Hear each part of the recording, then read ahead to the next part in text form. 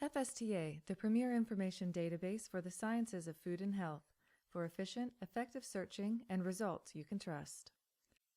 When using the database, basic search is the default. A basic search is an easy way to get started finding results based on your keywords. If you would like to search with more precision, use the advanced search located just under the search box here. Advanced searching allows you to determine the relationship between the keywords you choose, control where the keywords appear in your results, search for articles by a particular author, or search for items only from a particular date range. The most powerful method of changing your search results is to use Boolean operators like AND and OR to control the relationship and context of your keywords.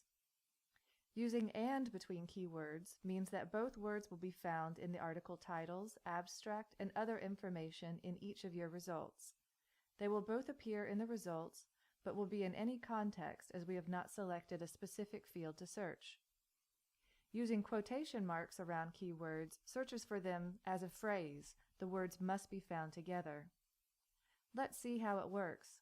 Say you were looking for information on antioxidants and phenolic compounds. Typing in those words will bring back each in any context. Adding quotation marks around phenolic compounds narrows the results to only those that contain this exact phrase. Now let's look at phenolic compounds in a specific fruit. I'm going to choose crowberries. This brings up a very targeted set of results. Another Boolean operator is OR. Using OR between keywords means either keyword will appear in your results. Use OR when searching for synonyms of a word. We know crowberry goes by another name, Empetrum nigrum.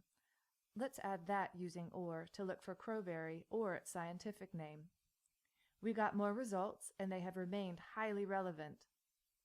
Using AND, OR, and quotation marks in an advanced search gives you more control over how your keywords appear in your results.